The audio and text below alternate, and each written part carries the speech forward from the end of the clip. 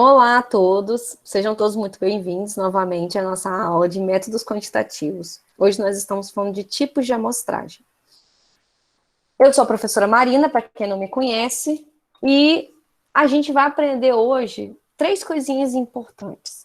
Uma é entender a diferença entre qualitativa e quantitativa.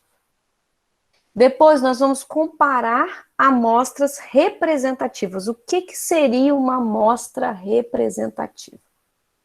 Identificar as diferentes formas de se obter amostras qualitativas. E aí eu começo tentando teorizar para vocês o que é quali, o que é quanti e o que elas se diferenciam. Então, assim, quali já diz uma amostra qualitativa, ela é algo que a gente está querendo qualificar. E a outra, a gente está querendo quantificar. E aí, você também vai verificar as diferenças entre amostra probabilística e não probabilística. Quais são os tipos de amostras que a gente tem. Dentro das probabilísticas, gente, a gente vai ver ainda alguns tipos de amostragem e explorar um pouquinho mais sobre qualitativas. Então, para que você possa compreender aí para que você possa compreender essa distinção entre a qual e a quant, primeiro a gente precisa entender população e amostra. Mas eu acho que vocês já entenderam população e amostra.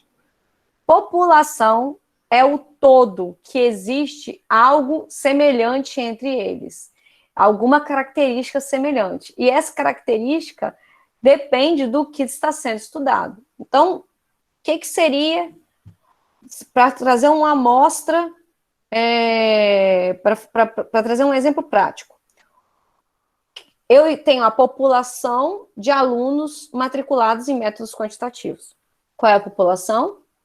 Os alunos de métodos quantitativos. Só que eu não consigo fazer com que 1000 alunos assistam a minha aula ao vivo. Eu não estou conseguindo nem 250, eu achava que a sala ia lotar hoje. Falei assim, nossa senhora, 1000 alunos, 250 vai ser pouco. Eu não estou conseguindo nem 250, nós estamos com 74 pessoas ao vivo aqui agora. Então, é uma amostra muito pequena do todo, não é? O todo são quanto? 1000 alunos. Quantos alunos eu tenho ao vivo? 74. Ou seja, é apenas uma amostra do todo. É apenas um pedaço de todos os alunos que eu tenho em métodos quantitativos. Todos os alunos de métodos quantitativos representam aí a população. A amostra é representada pelas pessoas que estão ao vivo aqui comigo. Outro exemplo. A gente tem os cursos. Vocês têm os cursos de vocês aí. Curso de tecnólogo em agronegócio, curso de tecnólogo em marketing, curso de ADM, curso de contabilidade. Tem gente de tudo quanto é curso aqui. Todas essas pessoas que estão aqui participam de alguma outra população que tenham características semelhantes. Então, qual é a característica que tem semelhante entre vocês? O curso que vocês escolheram. Mas apenas uma amostra das pessoas do curso de tecnólogo e marketing que estão no primeiro período estão aqui presentes aqui hoje agora. Ok, gente? Amostra, população, eu acho que eu já tinha falado sobre isso com vocês também. E aí, quando a gente seleciona todos os elementos de uma população para uma pesquisa, a gente vai estar realizando um censo.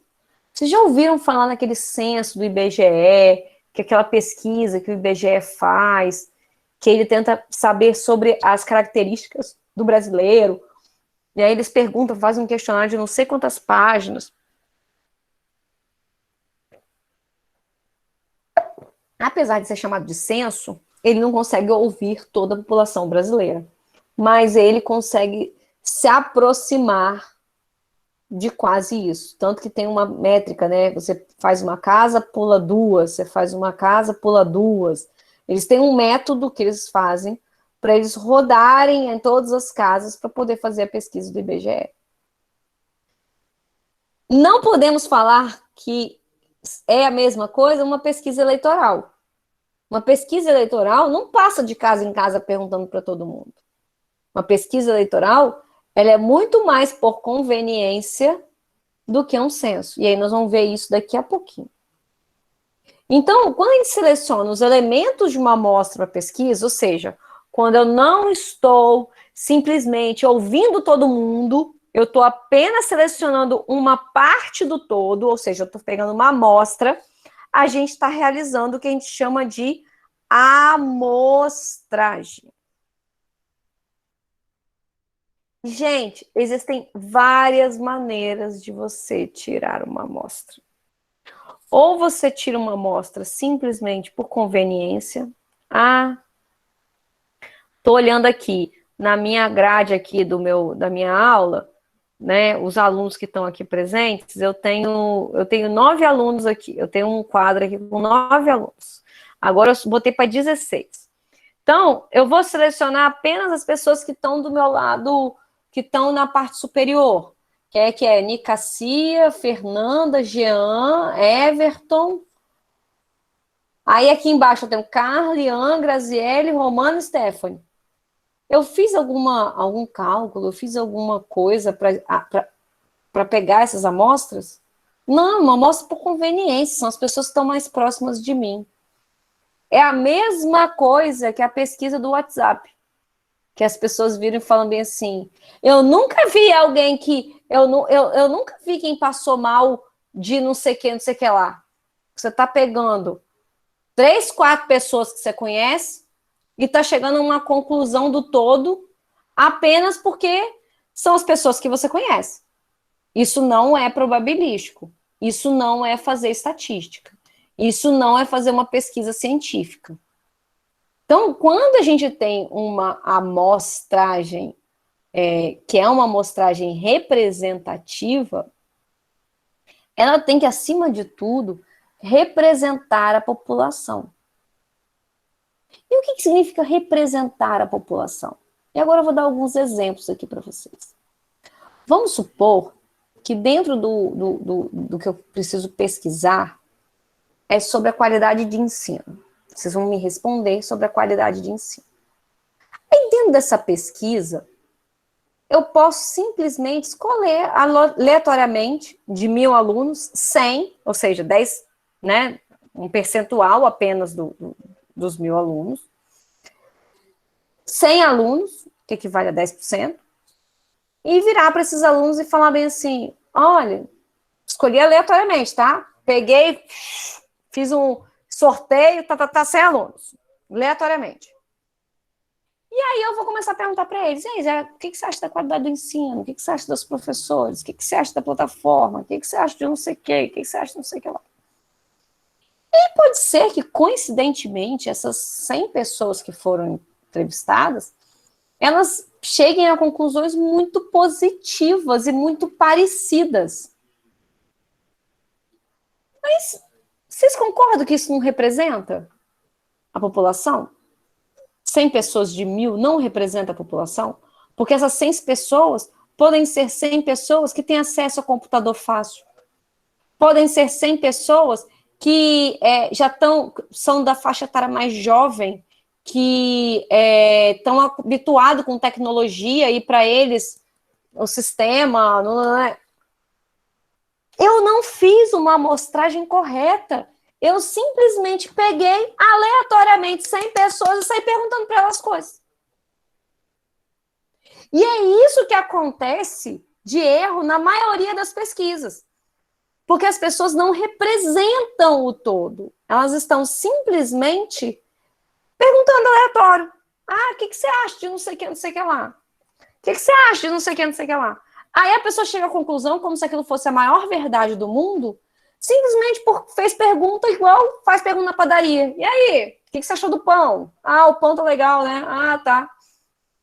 Isso não é representativo. Primeiro, eu tenho que estudar a minha população. Eu tenho que entender a minha população. Então, se minha população tem 30% de pessoas que moram na periferia, eu preciso com que, dentro desses 10%, ou seja, esses 100, De 100 pessoas, 30 pessoas teriam que morar na periferia. Vocês estão entendendo o que eu estou falando? Eu descubro que 20% mora na roça e a internet é muito fraca. Eu tenho aluna de EAD de marketing aqui que direto manda mensagem no grupo, lá no chat para mim, falando assim, prof, queria tanto assistir sua aula, só tô conseguindo assistir a aula gravada, porque a aula ao vivo eu não consigo assistir, porque minha internet é muito fraca aqui na roça, ela mora na roça. Então, para ela, a percepção dela sobre o todo é completamente diferente da percepção de cada um de vocês. Porque cada um de vocês tem uma vivência, tem uma bagagem, tem algo que veio junto com vocês que vai criar a experiência de vocês e vai criar aquilo que a gente chama de a percepção. Então, quando a gente vai pensar com maior profundidade as informações, a gente precisa que essas amostras sejam qualitativas e quantitativas. E o que vai diferir aqui é a metodologia de coleta de dados. Então, gente, só para avisar, eu não estou lendo o chat, tá, gente? Só para avisar, porque eu vi que alguém levantou a mão, eu vou dar espaço para vocês falarem no final. Anota a sua perguntinha, por favor, porque senão atrapalha a minha concentração, tá bom? No final eu abro para perguntas. Então, a amostra qualitativa é uma amostra com maior profundidade, porque eu vou justamente tentar entender, tentar qualificar as coisas. Pensa aqui comigo, qual é a diferença de eu virar para você e falar bem assim, marque aqui de 1 a 10 uma nota para a professora Marina. Você vai lá, claro que vocês vão dar 10, né? Claro, óbvio que vocês vão dar 10, todo mundo aqui já deu 10 para mim. Brincadeiras à parte, mas é completamente diferente de eu virar para você e falar bem assim, escreva a sua percepção sobre a professora Marina. Vocês concordam que é completamente diferente? É completamente diferente. Uma visão, ela é fechada. Eu estou dando 10 e acabou. Por que eu estou dando 10? Pode ser simplesmente porque você foi com a minha cara. Quando eu abro essa pergunta e pergunto ela qual é a sua percepção sobre a professora Marina, você vai tirar de dentro de você o seu sentimento. Você vai tirar de dentro de você a sua real percepção, que não é uma nota, não é um número. É um sentimento. Que aí é muito mais profundo. E aí, isso também leva a outro ponto. Uma amostra qualitativa, ela não consegue permitir que a gente generalize populações. A gente não vai conseguir perguntar para todas as pessoas, eu não vou conseguir perguntar para 1000 alunos qual é a percepção da professora Marina, os meus alunos de métodos quantitativos. Mas eu consigo ler 30 questionários, até 100 dá para ler. Até 100 você lê. 100 questionários, 10%, do que eles estão escrevendo sobre a percepção da professora Marina. Então, eu nunca vou conseguir uma amostra representativa quando eu estou fazendo ela qualitativamente. Qualitativamente significa qualificar algo, ok? Gente, decora isso. Qualitativo. Eu estou qualificando. Eu estou usando palavras para falar sobre aquilo. Então, pesquisa sobre o atendimento das atendentes do call center. Aí termina o atendimento, de 0 a 10, dá nota para o atendimento. Aí você vai lá, dá 7. Desculpa se tem alguém de call center aqui, tá, gente? Não estou ofendendo, não. Estou só dando um exemplo mesmo. Você foi lá, deu 7. Você deu 7 por algum motivo, você tem algum motivo para isso.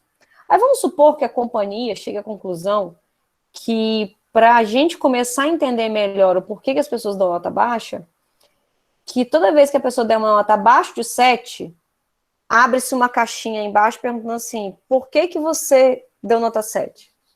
E deixa a pessoa escrever. Eu estou usando, né, uma metodologia híbrida, não estou? Eu quantifiquei e agora eu vou qualificar. Ah, Marina, mas aí não é mais difícil? Eu falei assim, claro que é mais difícil, porque você tem que analisar as palavras escritas de X pessoas sobre aquilo dali. É muito mais difícil. Com certeza é muito mais difícil, mas às vezes é necessário. Então, eu acho que qualitativo, quantitativo, todo mundo entendeu, né? A amostra quantitativa, como eu disse, essas informações, elas podem ser feitas através de resumos numéricos. E acaba que tudo... E acaba se tornando mais confiável. Por incrível que pareça, a gente confia mais na quantitativa do que na qualitativa. Por quê? Número 1, brasileiro não sabe ofender, ele tem dificuldade em falar a verdade. Vamos lá, vamos fazer uma análise aqui. Você está lá no supermercado. Você está lá no supermercado e vê uma moça bonita aí. Uma mocinha simpática, sorrindo, porque hoje em dia não dá para ver se a pessoa está sorrindo, né? Ainda mais agora que nós estamos em lockdown. Mas, enfim, a pessoa está com aquele ar simpático e chega com um queijo para você provar. Sei que tem muito mineiro aqui na sala de aula. Você chegou com queijo para a pessoa provar, a pessoa vai realmente provar aquele queijo. Só que aí ela achou o queijo uma porcaria. Opção A, ela fala, isso é uma porcaria. Opção B, ela fala para agradar a menina. Ou opção C, ela só dá um sorrisinho. A B e a C é muito mais provável. É muito mais provável que ela fale que gostou do negócio para agradar a menina ou só dê um sorrisinho do que ela desagrade. Isso é uma coisa que vem do brasileiro. O brasileiro quer ser gentil. Então, nós somos um povo que temos dificuldade em falar a verdade em pesquisas. Não é à toa que as pesquisas eleitorais, muitas vezes, elas não retratam na essência aquilo que a gente vê nas urnas depois. É um exemplo, assim, maravilhoso para dar sobre isso. Pergunta da rua: quem você vai votar? Os candidatos são esses daqui. Às vezes a pessoa nem sabe se ela vai votar naqueles caras. Mas ela quer dizer que ela vai votar em alguém. Ou ela está ouvindo a amiga falando que está votando naquele cara, ela vai lá e responde.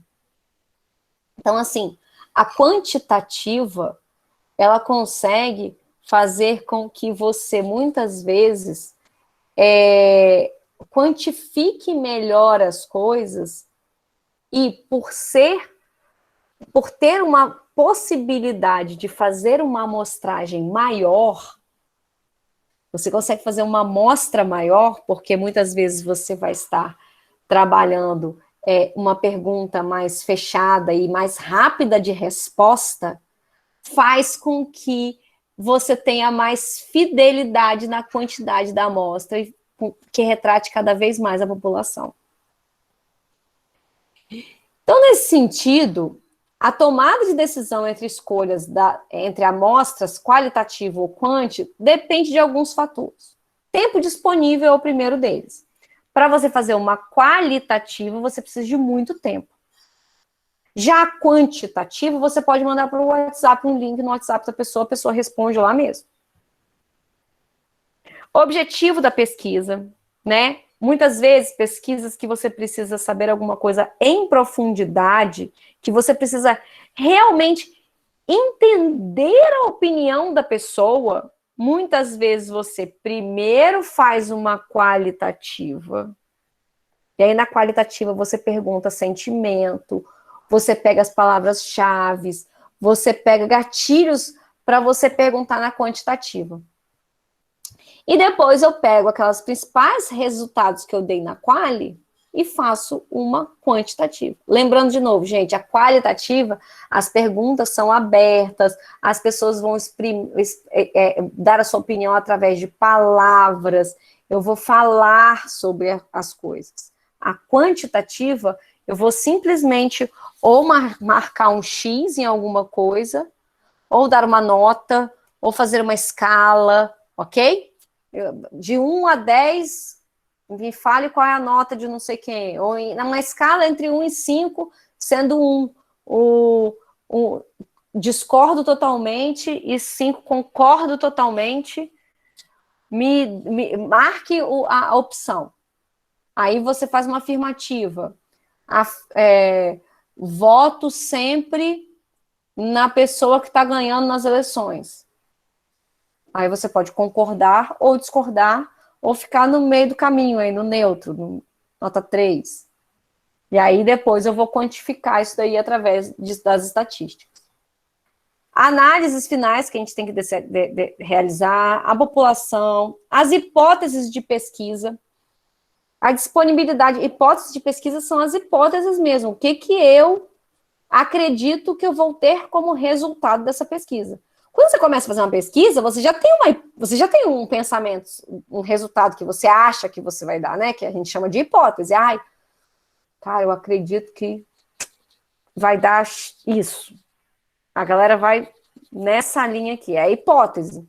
Pode ser que a sua hipótese esteja completamente errada. E pode ser que você vai só, através da pesquisa, afirmar aquilo que você acredita sobre aquela coisa. Lembro de novo, estatística, métodos quantitativos, que é o que a gente está estudando aqui, a gente está tratando de pesquisa, a gente está tratando de ciência. A gente não é achismo, não é enfiar o dedo assim, para onde está o vento mesmo? Acho que o vento está para cá. Não, é ciência. É a hora que a ciência comprova as coisas que ela precisa comprovar. No caso, eu estou dando alguns exemplos práticos para vocês, estou falando muito de eleição, falei de produto, porque são mais fáceis de vocês compreenderem a minha linguagem.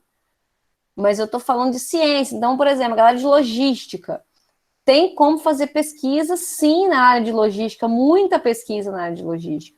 Não só com funcionário, como com os fornecedores, como com a questão da prestação de serviço em si. Dá para você pesquisar até com dados internos da própria empresa. Vamos analisar aqui uma amostra dos carregamentos que que foram despachados no último mês. Vamos ver quanto tempo demora entre o processo A e o processo B. Vamos olhar isso daí. Vocês estão fazendo uma amostra da população de todos os carregamentos que foram feitos. Ok, gente? Acho que vocês estão conseguindo entender, né? Então, todos esses fatores têm que ser definidos primeiro pelo pesquisador. Então, essa escolha do processo, ela está muito ligada à definição de tudo isso, da população, do problema de pesquisa, e é a partir daí que você faz as escolhas. A definição, inclusive, do local e da população, da forma de coleta. Eu vou ter que coletar isso na rua. Eu vou conseguir coletar isso via WhatsApp.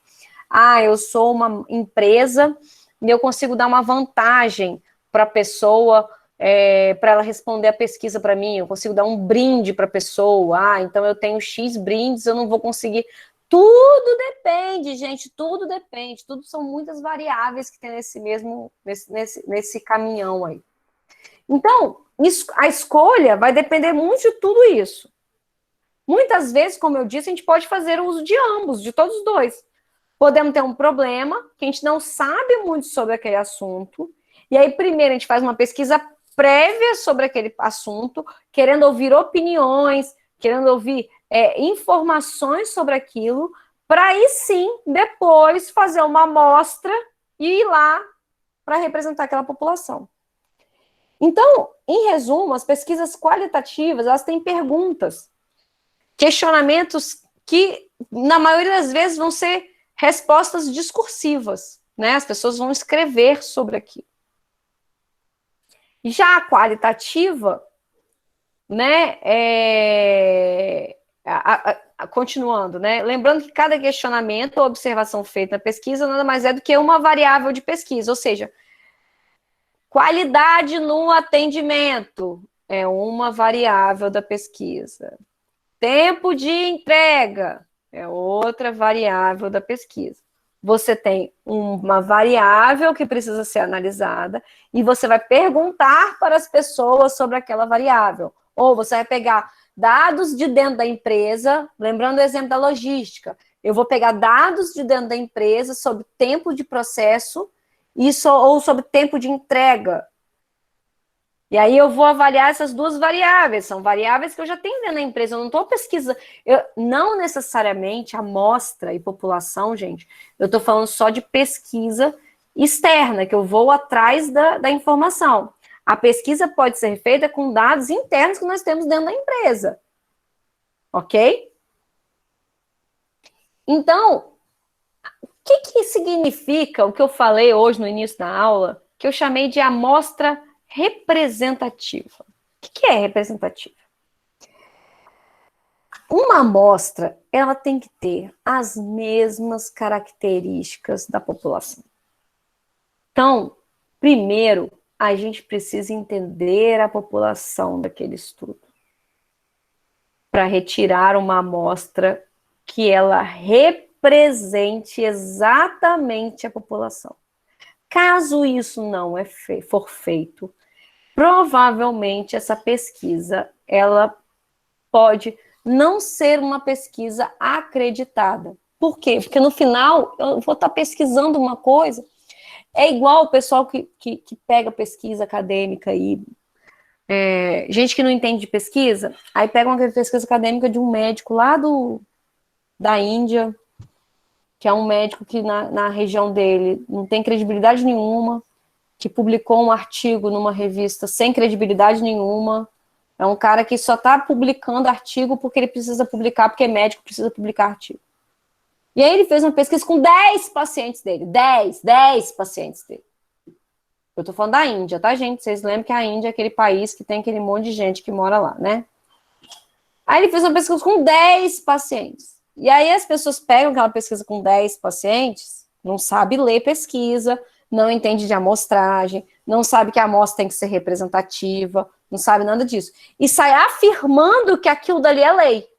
Que aquilo dali, não, olha essa pesquisa aqui. Olha esse cara aqui fez essa pesquisa aqui. Ele não viu quantas pessoas foram entrevistadas. Ele não viu qual é a população total daquilo. Ele não viu nada. Não quer dizer que está errada essa pesquisa. Só quer dizer que ela não é representativa. Ela não está errada. É a metodologia dele. Ele fez uma amostra por conveniência com 10 pacientes dele. Ele não está errado em fazer isso. Só que ele não pode afirmar que os resultados que ele teve através dessa pesquisa são resultados que representam toda a população. Então, muita atenção, quando vocês ouvirem no jornal, vocês vão ouvir muito isso no jornal. Pesquisa realizada com 1.000 pessoas na cidade de São Paulo. Gente, o que são 1.000 pessoas na cidade de São Paulo? São formigas. É representativo isso? A gente pode afirmar algo, a gente pode entender que talvez, quem sabe, contudo, entretanto, todavia, tenha uma tendência, ok? Que aquilo já pode ser o resultado de uma tendência, de alguma coisa. A gente não pode afirmar que isso é verdade, a gente não pode afirmar que isso é lei, porque não representa a população. Então, é preciso prestar muita atenção ao coletar uma amostra, para que ela realmente possa representar. Para isso, ela precisa ter as mesmas características que foram definidas, as mesmas características que foram definidas para delimitar a população-alvo da pesquisa. Então, se a população-alvo da pesquisa são jovens da cidade de Manhuaçu, tem alguém de Manhuaçu aí? Deve ter. Jovens da cidade de Manhuaçu. Primeiro tem que fazer o corte. O que é jovens para minha pesquisa?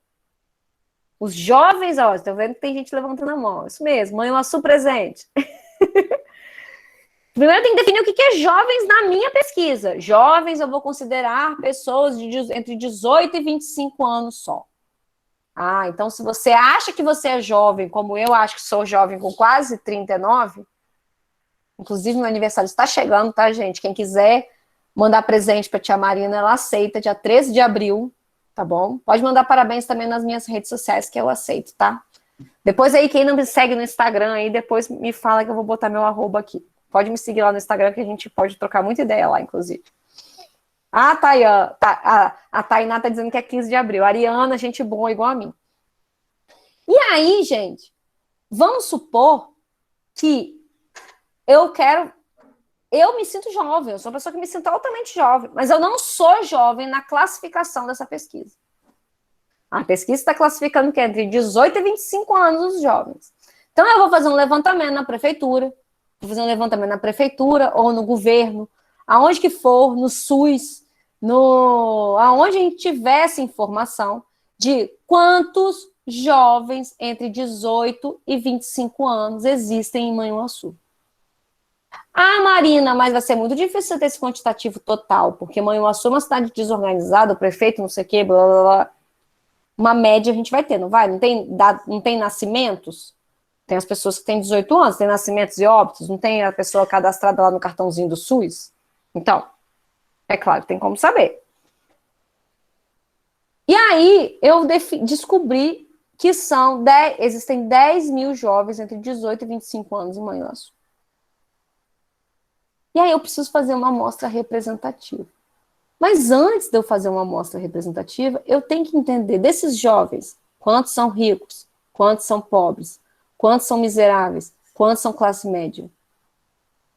Eu não posso fazer uma pergunta para o jovem, se eu estou tão abrangente, se eu estou dizendo que eu só quero saber o jovem, eu não fechei, né? Porque eu poderia fechar o jovem de classe média de Manhuaçu. Não poderia fechar? Falar assim, eu quero só falar com o jovem de classe média. E aí, se eu fechei para o jovem de classe média, a representatividade, a questão de representatividade, ela se torna ainda menos necessária, porque, querendo ou não, se eu já delimitei que ele é jovem e ele é de classe média, eu já estou fazendo a representatividade dele. E aí eu vou tentar um percentual bom, no mínimo 10%, para poder ouvir essas pessoas. Então, representatividade, na verdade, ela é você tentar representar a população através da amostra. A amostra qualitativa, ela não costuma ser muito numerosa. Então, é muito difícil conseguir a representatividade. Já a quantitativa, não. E, gente, a gente tem que ser imparcial na hora da pesquisa. Então, quando a gente faz uma amostra representativa, a gente apresenta, no caso, uma imparcialidade, porque a gente não está indicando fulano, beltrano, ciclano para poder responder a pesquisa. A gente vai pegar exatamente o quantitativo necessário para poder representar aquilo dali. Então, quando a gente coleta uma amostra quantitativa probabilística, temos uma amostra representativa de toda a população. E com isso, eu consigo inferir isso daí estatisticamente. Eu consigo medir estatisticamente. Somente com amostras probabilísticas podemos fixar a probabilidade de um erro naquela amostra. E o erro é a mesma coisa do nível de confiança. Então, eu posso dizer que o nível de confiança é de 95%. Eu posso dizer que o nível de confiança é de 90%, de 99%. E quanto maior o nível de confiança, menor o erro. Ok? Quanto maior o nível de confiança, menor o erro. Uma amostra qualitativa pode nos dar um panorama completo de comportamento da população. E ela vai poder ajudar a gente a chegar nas hipóteses. Já a quantitativa, ela é um meio da gente pegar aquelas hipóteses que a gente talvez ouviu lá na qualitativa e entender a probabilidade daquilo ser verdade ou não. E aí, gente, a gente tem os tipos de amostragem qualitativos. Meu tempo está acabando. Já vimos que a amostragem pode ser muito útil quando a gente quer conhecer um grupo de pessoas, seres ou objetos, e coletar informações mais detalhadas do assunto. Quando eu falo qualitativo, por exemplo, peças de carro. Eu posso fazer uma análise qualitativa de peças de carro. Eu vou pegar aquela peça, eu vou desmontar 10 peças e olhar minuciosamente, tá? Qualitativamente, se aquela peça está atendendo a todos os pré-requisitos que ela tem que atender. Então, eu estou falando nesse exemplo para vocês entenderem que não necessariamente é só a questão de opinião, de pessoas, né? Eu não estou falando só de pessoas, eu posso também estar falando de objetos. Então, de modo diferente da pesquisa quantitativa, os métodos quali consideram a comunicação do pesquisador em campo como parte explícita daquilo. Por quê? Porque é o pesquisador em campo que vai chegar aos principais resultados. E a subjetividade disso acaba tornando parte do processo de pesquisa. Então, por isso que muitas vezes a qualitativa, mesmo ela sendo muito utilizada, ela é muito difícil para afirmar questões que seriam, assim, como questões que para fechar uma informação. E a gente tem alguns exemplos, que é, por exemplo, cliente oculto, que você pega uma pessoa que se passa por cliente para avaliar o atendimento de uma loja, por exemplo. Aquela pessoa vai gerar as impressões sobre aquilo. Isso é qualitativo, eu estou fazendo uma pesquisa.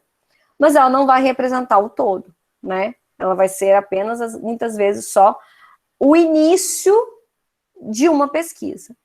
Eu vou agradecer a galera que está aqui na aula gravada comigo, vou finalizar a gravação e vou ficar com o pessoal do ao vivo. Até a próxima, gente. A gente se vê na unidade 6.